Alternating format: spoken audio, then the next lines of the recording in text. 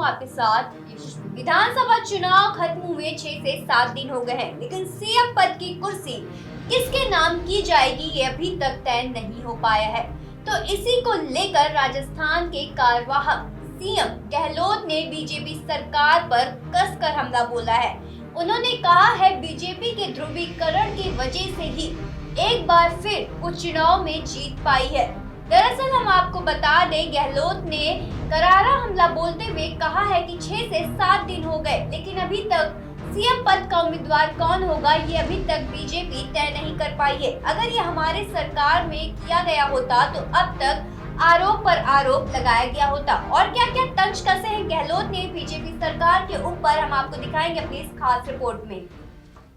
राजस्थान के कार्यवाहक मुख्यमंत्री अशोक गहलोत हार की समीक्षा बैठक में शामिल होने के लिए दिल्ली पहुंच गए हैं। एयरपोर्ट पर मीडिया से बात करते हुए गहलोत ने बीजेपी पर जमकर निशाना साधा और कहा कि विधानसभा के चुनाव में काम के ऊपर चर्चा नहीं हुई और बीजेपी वाले बस कन्हैयालाल मर्डर पर चर्चा करते रहे। तनाव का माहौल बनाकर ध्रुवीकरण किया, इसलिए भाजपा जीत गई। गहलोत ने कहा कि भाजपा की पोल खुलती जा रही है और अब इनकी पोल खुलती जा रही है। 7 दिन तक तुम मुख्यमंत्री का चेहरा तय नहीं कर पा रहे और बात करते हो कि हमारी पार्टी में अनुशासन नहीं है। तुम एक मुख्यमंत्री का चेहरा तय नहीं कर पाते हो 7 दिन तक, तुम काहे की बात करते हो कि हमारे पार्टी में अनुशासन है।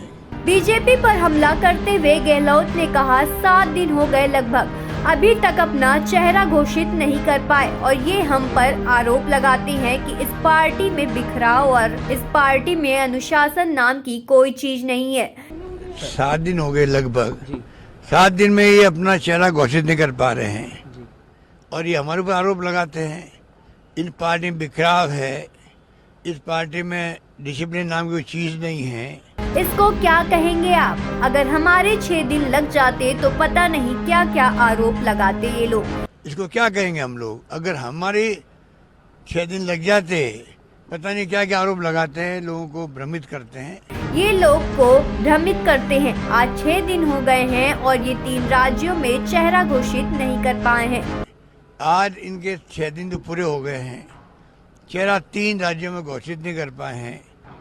इन्होंने राज्य के मुद्दे उठाए नहीं और इस प्रकार से धार्मिक मुद्दे उठाए, जिनमें 3 तलाक लेकर आए, 370 भी लेकर आ गए, कन्हैयालाल का मर्डर भी लेकर आ गए। चुनाव जीत के आए लोग, इन्होंने स्टेट के मुद्दे उठाए नहीं और इस प्रकार से धार्मिक मुद्दे उठा करके 3 तलाक भी लेके आ गए, 370 भी लेके आ गए, राजस्थान में कन्हैयालाल का मर्डर भी लेके आ गए। झूठ फैला दिया कि मुसलमान को 50 लाख, हिंदू को 5 लाख दिए। झूठ बोलकर चुनाव जीत कर आए हैं ये लोग। अब इनकी पोल जनता के सामने खुलेगी।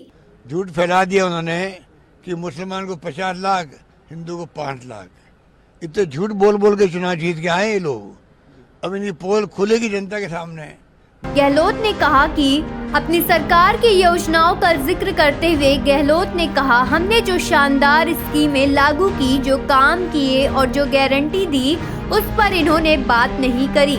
ये चुनाव विधानसभा चुनाव का था और प्रधानमंत्री व्यक्तिगत रूप से अटैक कर रहे हैं मुख्यमंत्री पर, राहुल गांधी पर। हमारी स्कीमों की अच्छाइयों और खामियों पर तो इन्होंने चर्चा ही नहीं की। नंबर 2, जो हमने शानदार स्कीमें पेश करी, शानदार कानून पास किए, शानदार गारंटी दी है, उस पर उन्होंने चर्चा ही नहीं करी।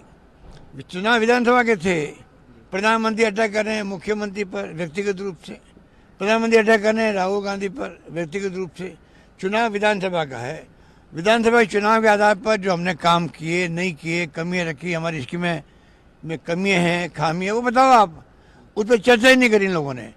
लेकिन चुनाव होता है। हमने पहले ही कहा कि जनता माई बाप है। इन्होंने ध्रुवीकरण कर दिया चुनाव का। हमने कहा जो जनता का निर्णय होगा वो शिरोधार्य होगा। नई सरकार जो अभी बनी नहीं, उसको हमारी शुभकामनाएं हैं। हम रचनात्मक सहयोग देंगे उनको। पर चुनाव होता है। हमने पहले ही कहा जनता माई बाप है, ध्रुवीकरण कर दिया चुनाव का, चुनाव जीत गए। हमने कहा जो भी परिणाम आएगा विथ ह्यूमिलिटी हम स्वीकार करेंगे। नई गवर्नमेंट को जो कब बनेगी पता नहीं, उसको हमारी शुभकामनाएं हैं। हम पूरा रचनात्मक सहयोग देंगे उनको। हम समीक्षा बैठक का जिक्र करते हुए अशोक गहलोत ने कहा कि आज समीक्षा बैठक हो रही है, जिसमें इस बात पर चर्चा होगी चुनाव में क्या खामियां रही और कैसे हम हारे। आज की बैठक तो रिव्यू बैठक होती है, चुनाव के बाद में हम लोग भाग लेंगे, अपनी अपनी बात कहेंगे, भाई क्यों हम चुनाव में कामयाब नहीं हो पाए, पूरी चर्चा होगी उसके अंदर, फिर जो फैसला होगा। उन्होंने कहा कि बैठक के बाद कोई फैसला लिया जाएगा। उन्होंने कहा कि नेता प्रतिपक्ष हाईकमान घोषित करेगा। खबरों से जुड़े रहने के लिए सब्सक्राइब करें हमारा चैनल इंडिया जंक्शन।